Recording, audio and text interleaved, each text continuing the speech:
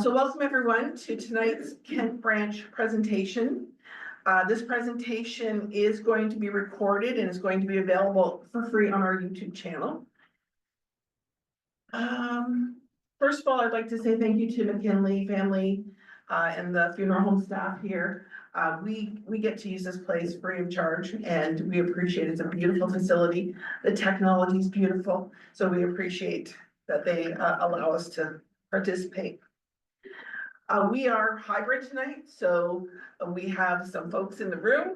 I'm gonna say maybe 25, 30 people, and we have a number of people online who are joining us as well. So with that being said, if you can make sure that you do not, the meeting owl is very sensitive, so even whispering back in the back corners, it will pick it up, and that would make it hard for the people online to hear. So if you can try and keep the noise as quiet as possible. For those of you who are online, Kim is available to help if you need assistance. Just make sure that you open your chat and you can type in a question and she will be there if you need support. And also if you have any questions, feel free to type them in and we will, at the end of the presentation, she can read them out.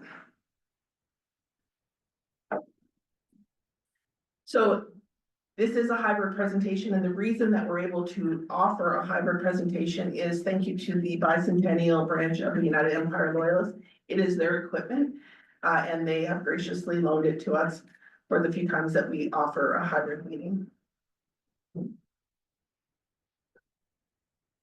And just want to put an ad out there for their upcoming meeting, which is coming up actually next weekend. It is their quarterly meeting. It's also their AGM, but they are having a presenter, Linda Carew, who is a wonderful speaker. She's going to be speaking on becoming Canadian. And it's really about the process that your ancestors might have gone through to become Canadian. And it's certainly not the same as the process is today. But excellent speaker, and you can register if you want to join it through Zoom, or if you'd like to go in person, they're at the Grovedale Arts and Culture Center in Kingsville. It's a beautiful facility right on the lake, and they would love to have you. Also, coming up in June, we have a visit to our local family search center, which I don't know if you know where it is. It's Detroit Drive. They're only open certain nights of the week, but we're going to be able to go in and see their new facility. They've got it all revamped. And everyone's welcome. You do not have to be a member. And that's June 4th from 7 to 8:30. Just show up. And then before we get started, I just want to do land acknowledgement. I'm going to read the one that's on our website because we do have it recorded, but it just adds a whole layer of technical complexity that we don't need tonight. So our land acknowledgement, we acknowledge that we occupy the traditional territory of the Anishinaabe Nation, and in Chatham-Kent specifically, the territories of the Delaware Nation and Walpole Island Nation. As family historians, we've all answered the call to discover those who came before us, to share their names, to tell their stories, and to remember them. Our ancestors live on because we live on, and we've made it our mission to ensure that no one is forgotten. No matter how difficult the history is, it needs to be shared so that we can all learn and do better and be supporters of our local Indigenous communities. So for any of you who are not members of the Kent branch, let me introduce and tell you a little bit about our branch. So we are the Kent branch of Ontario Ancestors. We are a local family history group here in Chatham-Kent, or what used to be Kent County. We offer assistance and education for anyone who's researching their family history, their ancestors in this area. And our mission is really to promote and preserve family history and local history. We have a library that's on the second floor of the Chatham-Kent Public Library, full of resources. It's open, we're open Fridays and Saturday afternoons from 1 to 5, or if for some reason you needed to get in at a certain time, if you just contacted us, we can usually make arrangements and have someone, a volunteer there. There are a couple of different ways to engage with us. One, you can email us, kent@ogs.on.ca. We have a Facebook group. I was gonna check and see how many we have, but I think we're just under 1,000 members in that group. It's open to anyone and usually quite busy. Lots of pictures get posted, lots of questions get posted. A great group to join if you're interested in researching in Kent County. And then there's our website, which is just kent.ogs.owen.ca. We have a number of public resources that anyone can access. And then we've also got, for our distance members, a lot of the resources in our library have been digitized and they're available online for our members. So now I'm going to pass it over to Angela Churchill, who's going to introduce our speaker tonight.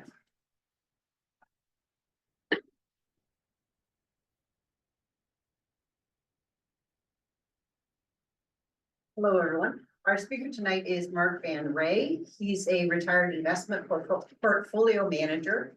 He's married to Marlene, and they have 3 kids, 2 grandkids. They're originally from Kent County, but they've lived in London over 20 years before moving back to Rondo full-time 5 years ago. They have a lifelong connection with the park, and since returning, Mark has gotten involved with the Kent Historical Society and last year researched and arranged for a historical plaque outside of Rondo.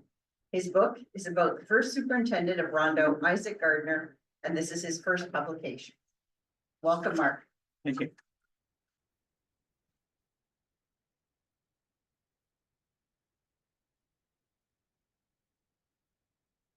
It's tall enough for me.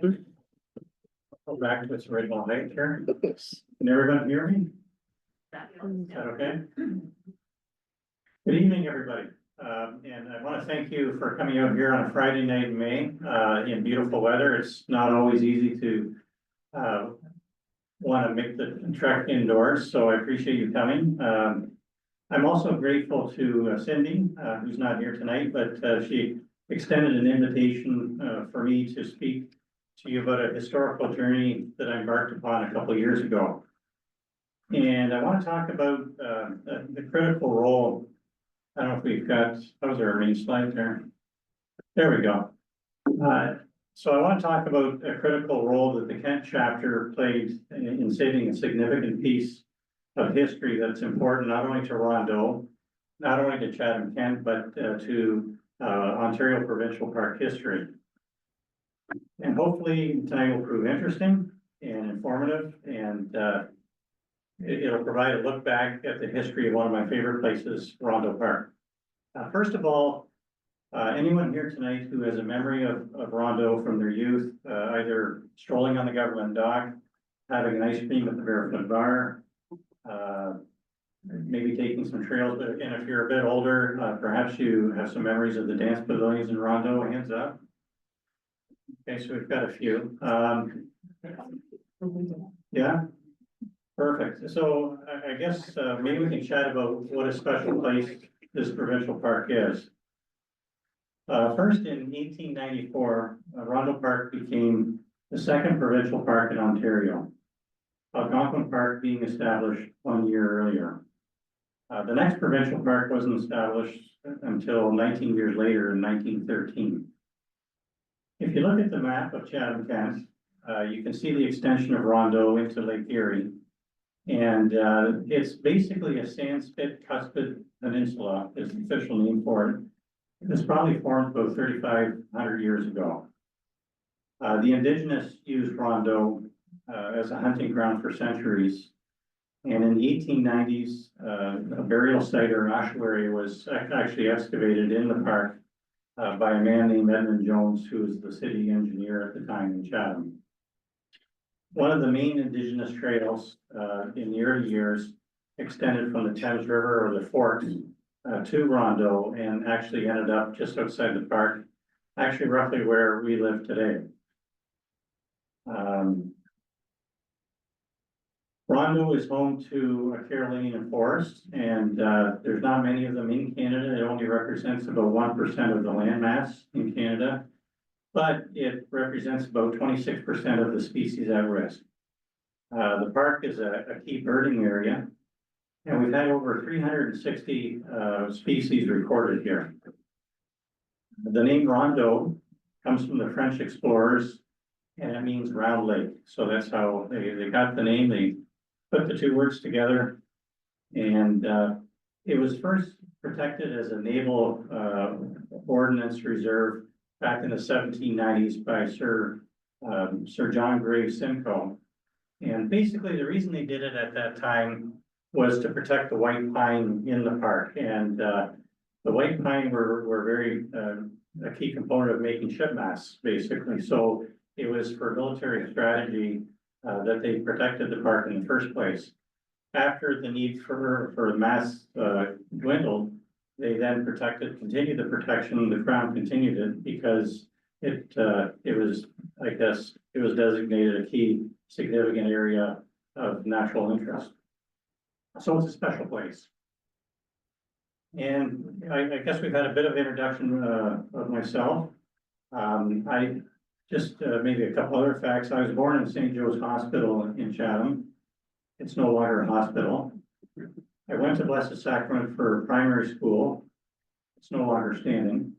And I attended Tecumseh High School, which again is no longer a high school. So I guess I'm a bit historic myself. You get the picture. My memories from Rondeau go back to my childhood. I used to deliver and sell the Windsor Star to campers going from campsite to campsite on my bike each night to see if they wanted to buy a paper to earn money as a kid. And I learned a life lesson early on, and that was that campers who had consumed more beer were the best tippers. I remember swimming off the government dock, playing pinball at the Barefoot Bar, following the mosquito fogging truck on my bike as it crawled through the park each night. So far, no long-term health effects. My mother, Sandra Van Ray, was one of the organizers who started Rondeau Park for the People in the 1970s to save the cottage community. So our family has a long history here. I've always been interested in history. I'm a reflector of Chatham-Kent nostalgia. But as mentioned, I actually spent my career in investments and mainly in the London area. 5 years ago, Marlene, my wife, who's maybe give a shout out, Marlene, and I decided to make our cottage outside of Rondeau our home, and we moved back to Chatham-Kent from London. Since retiring, history projects are now front and center.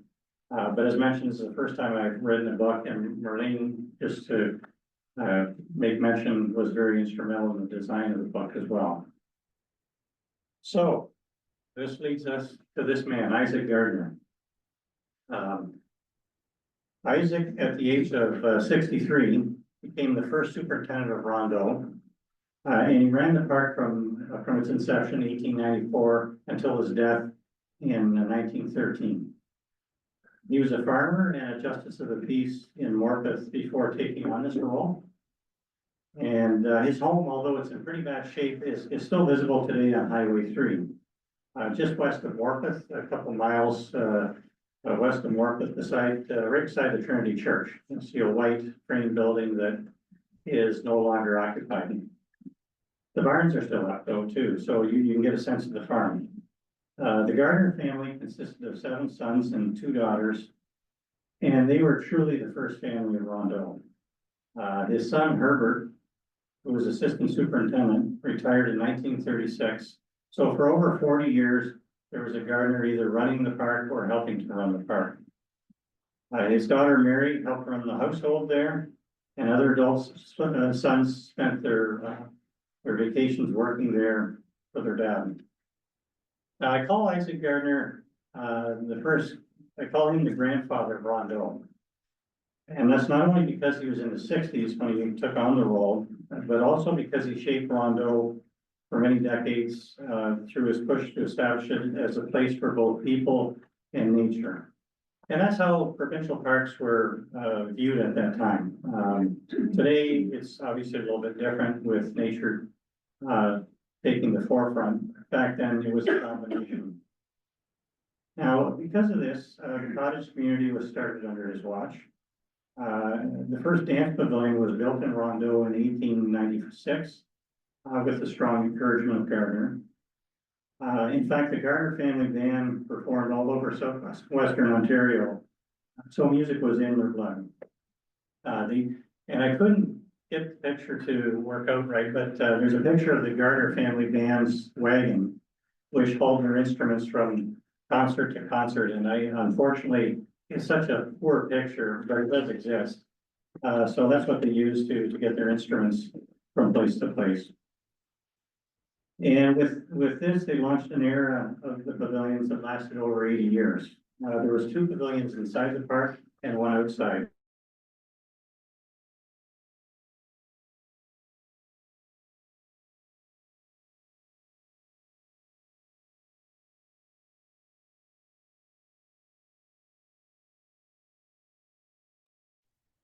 Hi, Colleen. I think we've lost sound.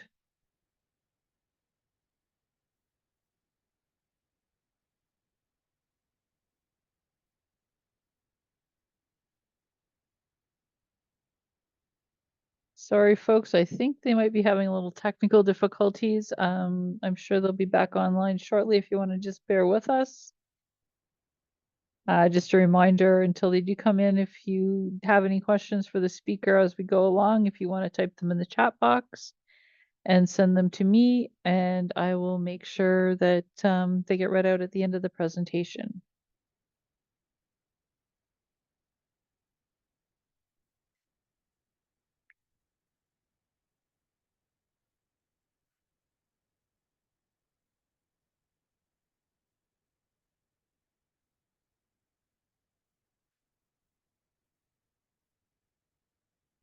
Oh,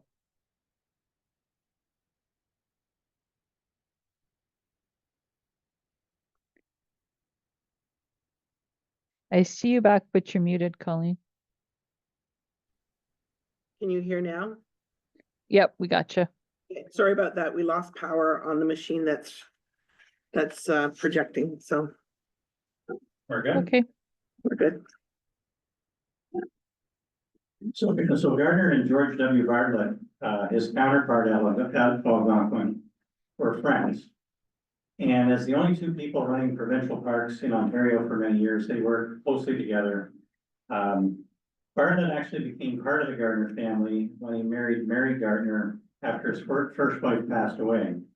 In fact, when he retired from Algonquin, he ended up getting married in Rondeau, moved to Richtown with Mary, and today he's actually buried in the Gardiner family plot. And so if you go to Trinity Church, just east of Morpeth there, you can actually see their gravestone is right alongside the road. Gardiner on the front side, but they're all buried in the same plot. And the other thing I should mention, if you go to the visitor center in Rondeau, if you go inside to take a look, there's a lifeguard stand inside the center, and beside it there's 2 paddles. And those paddles were actually George Bartlett's that he received when he retired from Algonquin Park. And when he passed away, his family arranged for Rondeau to display them because that was his happy place. So here's the first family of Rondeau. This is the Gardiner family. And Herbert Gardiner is on the far left on the front row. Mary Gardiner, who married George W. Bartlett, is in the middle of the front row. And Isaac Gardiner, the grandfather of Rondeau, is right here on the right of the first row. I really like this picture. So here's a picture of the first dance pavilion in Rondeau, and it's hard to imagine where it might be today, but if you know where the Brown store is in Rondeau, inside the park, near the yacht club, that's where it was located. So you had good views of the bay, the sunsets, the whole bit. And you can see the horse-drawn carriage here, so it gives you an idea of the age of the picture. Now, here's another picture of Rondeau. It's taken from the government dock, looking south. And you can see the government pavilion in the middle left. It gives you a sense of the numbers of people out there. If you go there today, it's not quite like that.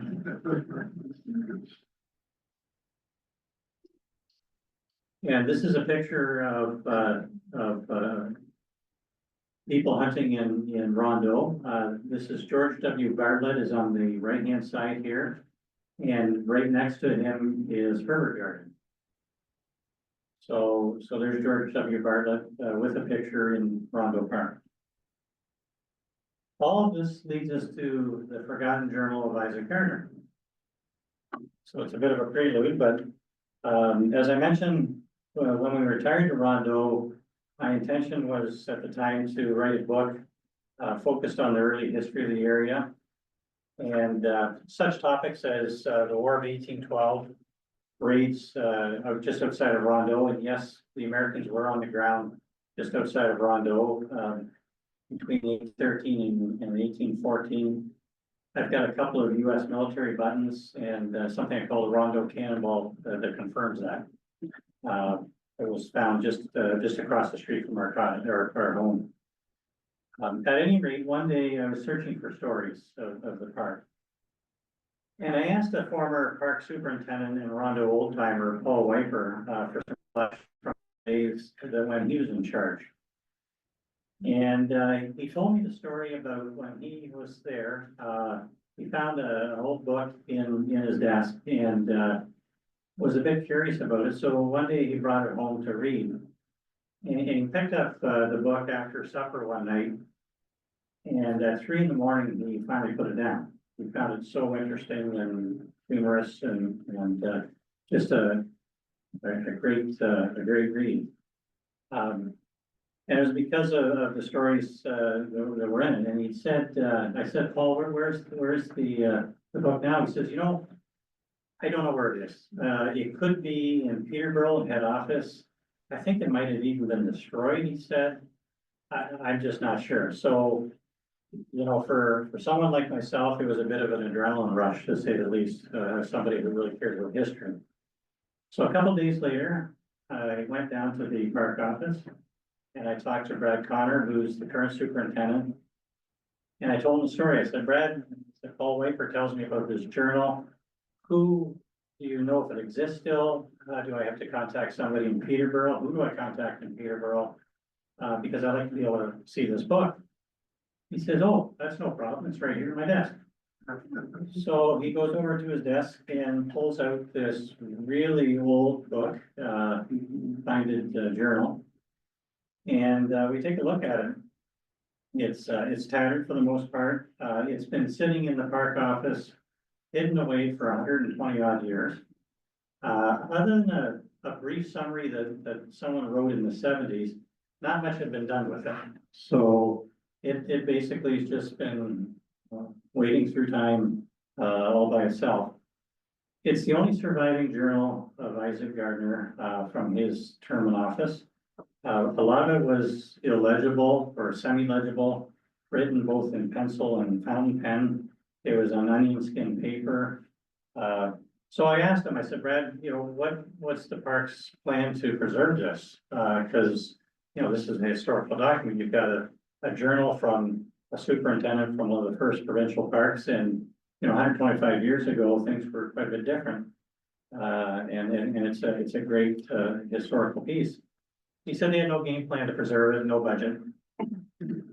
So I said, Brad, I'd like to try to find a solution, although I have no idea what that solution is.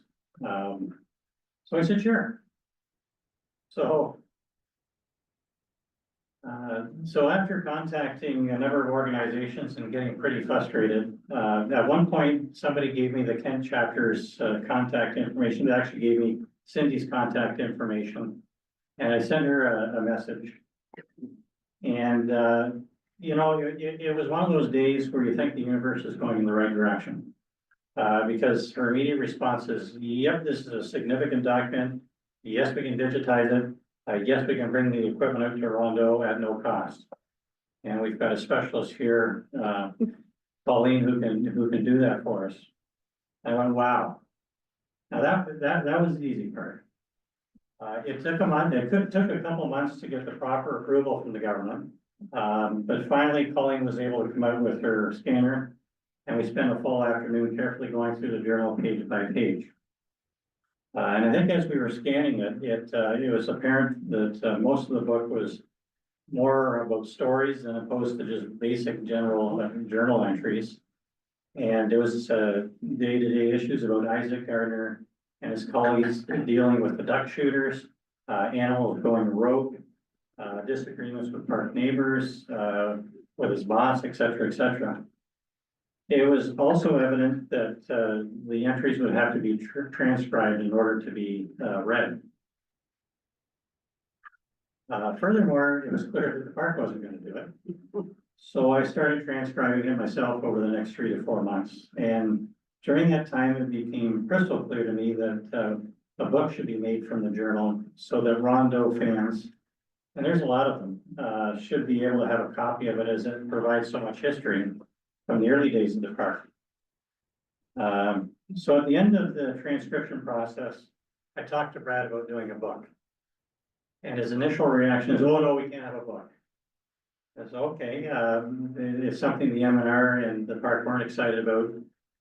I believe they thought it might be contentious, or there might have been entries in there that might be controversial, indigenous, that type of thing. So I assured them that that was not the case, but they weren't that excited. So, over a couple months, I convinced them it was a worthwhile project, and I finally got to go ahead. It's probably best to describe me as a pleasant pest.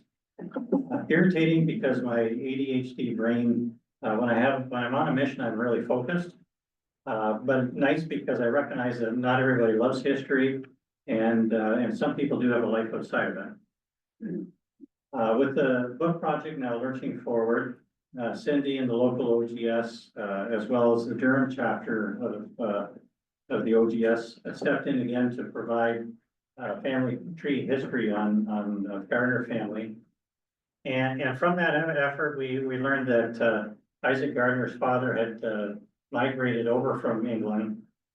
Now, he got shipwrecked 3 times on that journey, but they finally made it to the Durham area, and where Isaac was born. And then Isaac, when he was an adult, migrated to the Morpeth area with his family. Here's one of the journal entries, and Colleen will recognize, yeah. This one was in fountain pen, which over the years, you can see that the humidity and heat have kind of smudged it. This is actually probably one of the better ones. There were some with holes in them. But if you try to read it, it's pretty hard, and the transcribing process was pretty painful. It was word by word. I would take the document, turn it upside down, hold it to the light. Sometimes it would take 20 minutes to find out the word, because the one word could change the sentence. At any rate, we got through it, but I also had to build a Gardiner dictionary too. Because, few, if any, people had an education back in the 1800s. And when a person was actually literate, they tended to write their words as they sounded, which is called onomatopoeia. I think I pronounced that right. So I had to figure out, after building a dictionary, I then had to find out how do you get it printed, get an IBIS number for the book, find photos to match the stories, get approval for those photos, et cetera, et cetera, et cetera.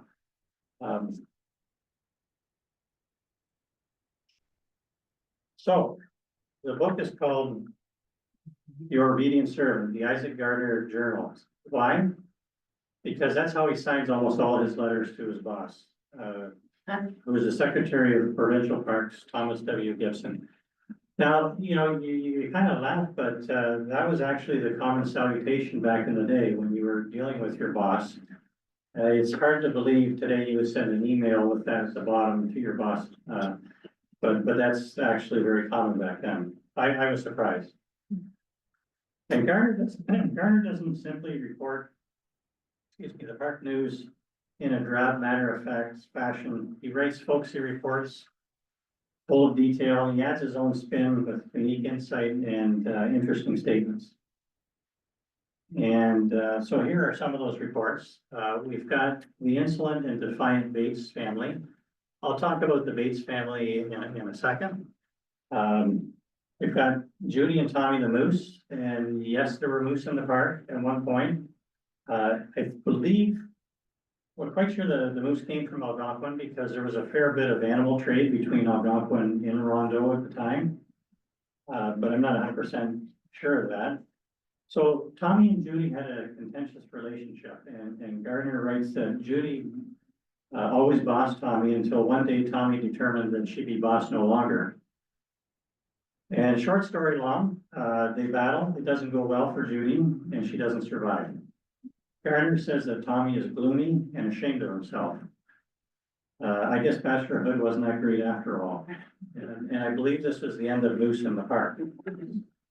Then in August 1901, there were rumors at one point that reached Gardner's desk suggesting that bare knuckle fighters from Cleveland were going to travel across the lake, land boats on Rondeau, and stage a fight. Most likely for betting purposes. Gardner gets wind of it from the local attorney general, and he tries to prevent the fight by racing the Erie-O for 3 days in a row to meet the Cleveland to Erie-O ferry, which at that time was operational, in order to tell the captain and some passengers that he was looking for these fighters, so that they would bring that information back to Cleveland, tell the fighters, assuming they knew the fighters, and that they wouldn't end up coming.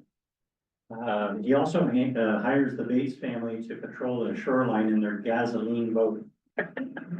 On top of this, 50 special deputies are put on standby to take a train from Chatham to the O to stop the fight if it ends up taking place. In the end, the fight doesn't happen, but Gardner still has a battle on his hands, trying to get the Attorney General's office to pay for the cost of the fight prevention measures.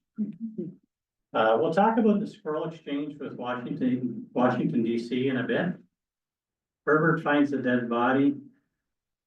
I'll save you the finer details on that one. Gardner does say that it was a loathsome task to get the man's heavy body into the coffin without it falling apart. And then Jerry the deer gets out of control. He rears up on his hind legs and tears Mrs. Gardner's dress to ribbons. Mary Gardner stepped in with a shovel to get Jerry to back off. Isaac has Jerry shot, and then he writes that he had pieces of him distributed to the neighbors, but he was old and required to be well stewed. So the moral of the story is that if you mess with Mrs. Gardner, you were shot and eaten. You know, the Cleveland Plain Dealer even reported this story. And these are just some of the stories of early Rondeau. Here's the Bates family. And the Bates family are featured in many of the stories here, and indeed factor quite a bit into the early Rondeau history. And in fact, we live on Bates Drive in Rondeau. There's a Bates subdivision. When I was a kid, you used to be able to see the Bates fisheries still standing. The pier was still out in the lake. If you continue down Highway 15 going into the park and kept going right to the lake, it was located right there. Today, you can actually see the shells of the barns. They're still in existence, and nobody has built on that property. It's actually owned by someone who worked there years ago. It's their son that owns it now. And again, in my youth, actually, Les Bates used to live at the corner of New Scotland Line and Highway 15. And he had an amphibious car, a bright blue one, that he would actually drive on the land and into the water. And I don't know if I've ever seen another one since, but it was very impressionable on a young mind. So in terms of history, Philo, who is, where's Philo here? Philo's at the far left. Yeah, sitting down in the far left. He moved his family from the Hamilton area to Rondeau in 1881.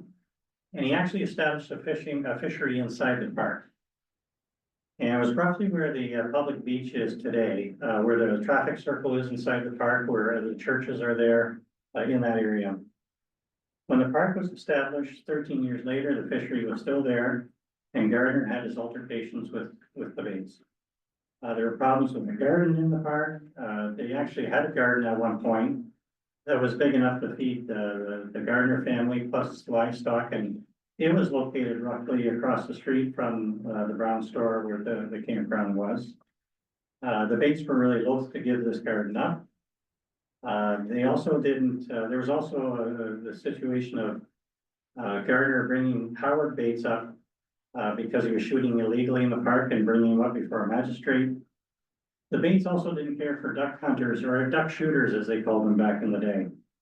Now duck hunting has always been a constant seasonal activity in the park, and most of the hunters get along. But Gardiner says that Philo didn't, he apparently didn't want the duck shooters there because they had complained about the Bates illegally shooting duck. And so what does he do? He takes out his rowboat, he starts rowing in front of the blinds where the other duck shooters are waiting for duck. And he disrupts the duck, so they don't land in the shooters, the Brantford Sports, as they call them, they get so fed up that they go home and they write Gardiner. He records all this. There's a picture of the fisheries inside the park. None of those buildings are there today, but you can see where they would take the boats on rails and put them in the water and take them out, probably with the horses. That picture water looks very close to those churches. No, those aren't the churches today. No. No, those buildings are gone. Is that where in the area though it was? That was in the area of the public beach, yeah, Okay. yeah. Okay, here's a picture of Frank Butler. He's the man in charge of the National Zoological Society or National Zoological Park in Washington, D.C.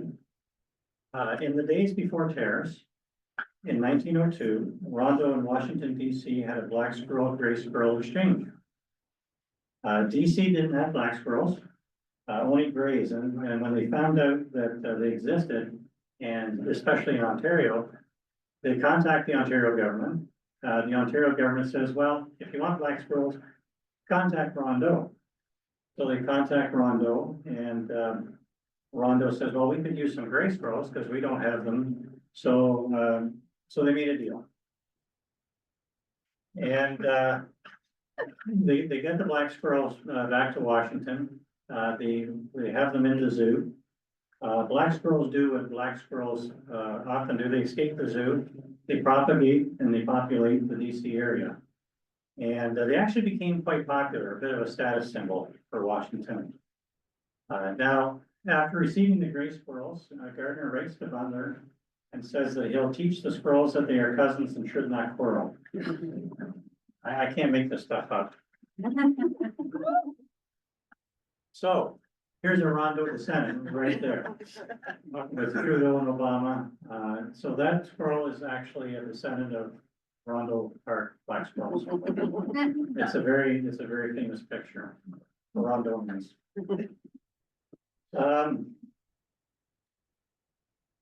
Gardinerisms, Isaac Gardinerisms. Some of his sayings remind me of a guy named Yogi Berra.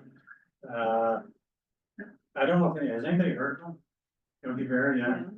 So he's probably the most successful player and manager in Major League Baseball history and the most quoted as well. Yogi was a very folksy individual, famous for head scratching lines such as "it ain't over till it's over." Nobody goes there anymore, it's too busy. And the future ain't what it used to be. In fact, Yogi Bear, the cartoon character, is actually based on Yogi Berra. Gardiner reminds me of the Chatham Kent version of Yogi with his offbeat descriptions and sayings such as, he's crazy as a bedbug. You know how stupid some of those farmers are. I thought it better to rob the land than incur your displeasure. Or I guess I find your rules of economy so strict, I thought it better to rob the land and incur your displeasure. One statement that I didn't put up here occurs when weasels sneak into the park. They sneak into the park animal enclosure. They kill some pheasants that they had specially imported from Scotland. And Gardiner becomes distraught and writes that it appears impossible to guard against the deprivations of those wily weasels. Keep in mind, these are all letters sent to his boss. So bottom line is thanks to the Kent chapter, the Isaac Gardiner Journal is now accessible and readable and lives on in the public where it could very easily still be hidden away in the park office. And as far as I know, the actual document is still in the park office in the drawer. Gardiner is now more of a known character and in my opinion, more beloved, than, with much more wisdom, idiosyncrasies and quirks than we previously, attributed to him. And, anyway, it's a nice piece of Rondo history. So if you look at, the pictures here, Gardiner looks like, a gunslinger on the left-hand side. You can see his carriage, just to the right. And this is a picture of Gardner and one of his workers behind the superintendent's house, which is no longer standing. And I think it's Mr. Cosgrove or Cosgrave. He spells the name wrong in sometimes the same entry, so I'm not quite sure what the guy's last name was. But we took liberties trying to spell it. At any rate, I appreciate your time tonight, and we did bring some books, and we do have them for sale. They're $30 each if you want to wait and pick one up. They are available at Books Brothers on King Street, and I just want to give a shout out to all three of these because they're very good for local authors. Books Brothers are the Johnson brothers are fantastic. And Mittens, Craig Mitten in Ridgetown, again, a big supporter. Mike at the Baby Market in Rondo is the same way. So please, if you don't have it, you can also pick one up there. And with that, that's an introduction into the Isaac Gardiner Journal. Does anybody have any questions?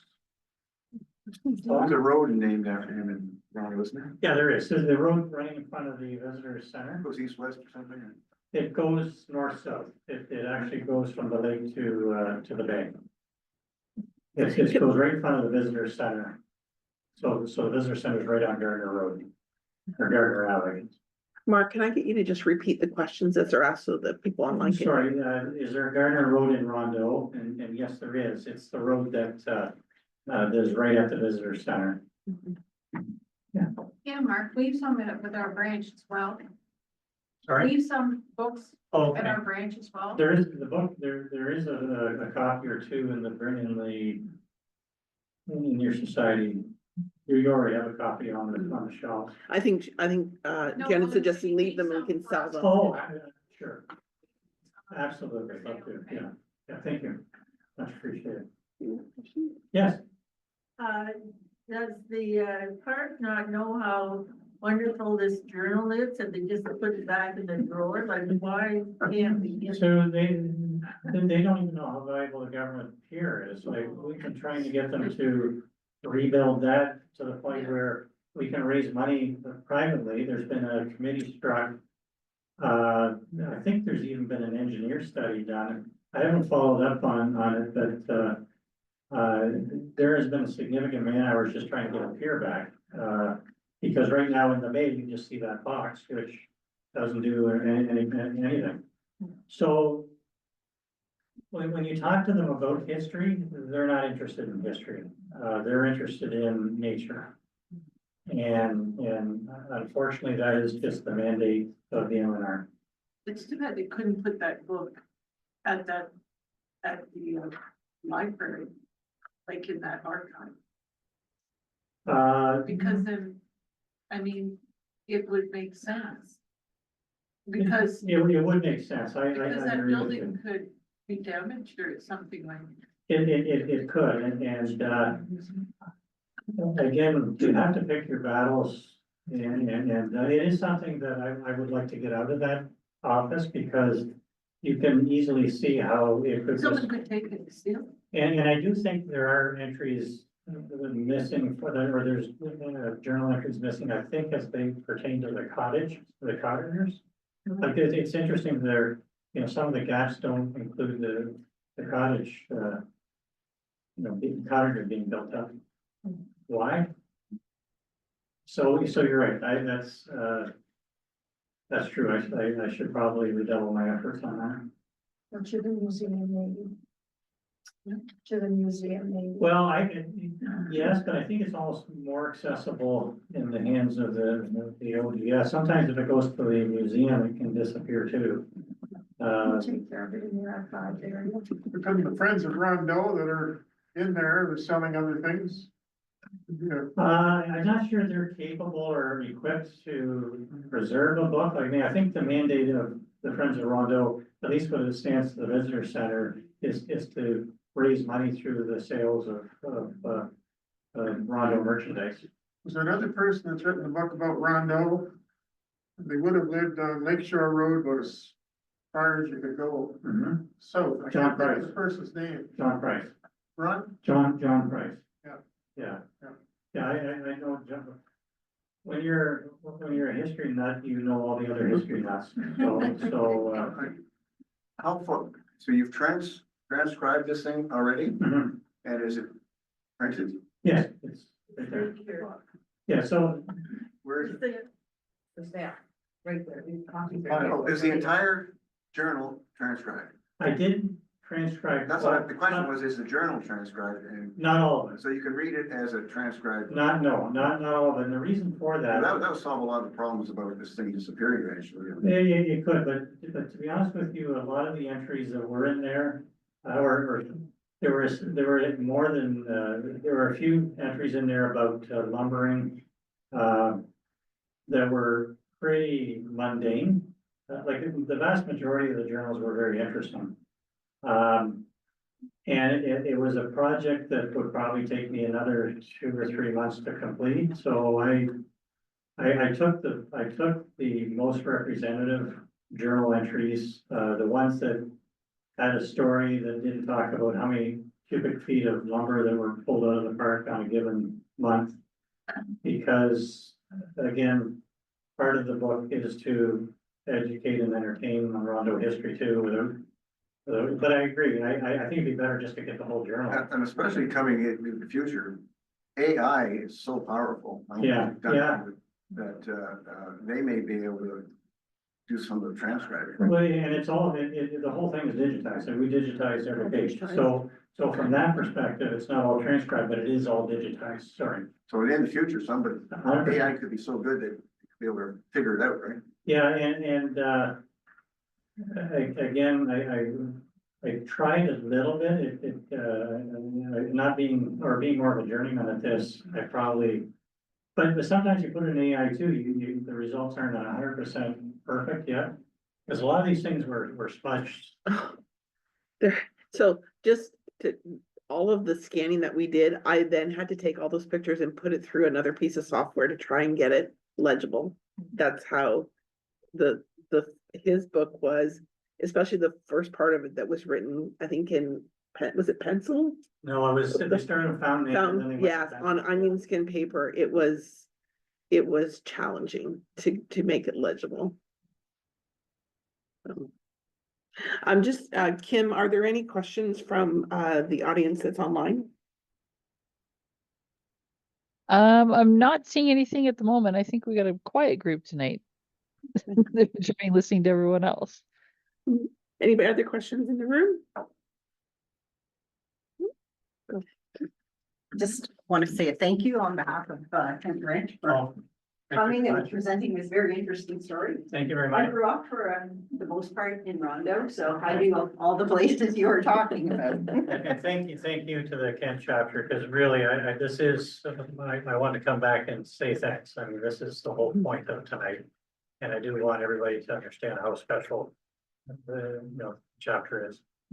I have another comment about, was one of the pictures you showed of Yeah. the thousands of people that were Yeah. there. Mhm. During the pandemic, especially Yeah, and they basically opened the park to everybody. right. The beach, in the summertime, especially on weekends, was packed. Mhm. I mean, I've never seen so many people there, just jam packed all along the beach. Mhm. So it does give you a sense of what used to happen. And again, back in the day, they didn't charge any, there was no entrance cost to get in the park. Back in the day, there was no competing attention for your entertainment, such as cell phones or videos or anything like that. So, back in the day, most people met, some reports I saw, it was about 70% of the people met their spouse at a dance pavilion or some sort of dance organized of some sort. So, yeah, it was the place to go at the time, and you can see how quickly it would happen too, if you could get in for free, or, you know, they had, or there wasn't a million other things to do. Oh, we were getting free Rondo Park at the beginning of the pandemic, but then they came out with a 2-year pass for $99. Yeah, they got that one, yes. Everybody got a 2-year. Everybody got 2-year pass, yeah, absolutely. No, a lot of creative thinking, so, yeah. All right, thank you very much. Thank you very, I'll just, one little shout out, if you do want to visit Rondo Park, you can actually get a free pass at the library. You just check it out and you can have a pass for a couple of days. It doesn't cost you anything. Yeah, in Blenheim too, they have, I think all of them have. All of the branches have, you Is it can, just for Rondo or is it any permission? It's a provincial park. provincial park pass. You have to get there early. You Yes. might have to reserve them. Yeah, they're well used. Anyway, thank you very much, Mark. So, we do have, for those in the room, we do have refreshments and you're welcome to visit. We have the facility till 8:30. For those of you online, thank you very much for joining us. I'm going to, shut down the presentation now, and, the recording of this will be available on our YouTube channel probably in another week. Fine. Thank you.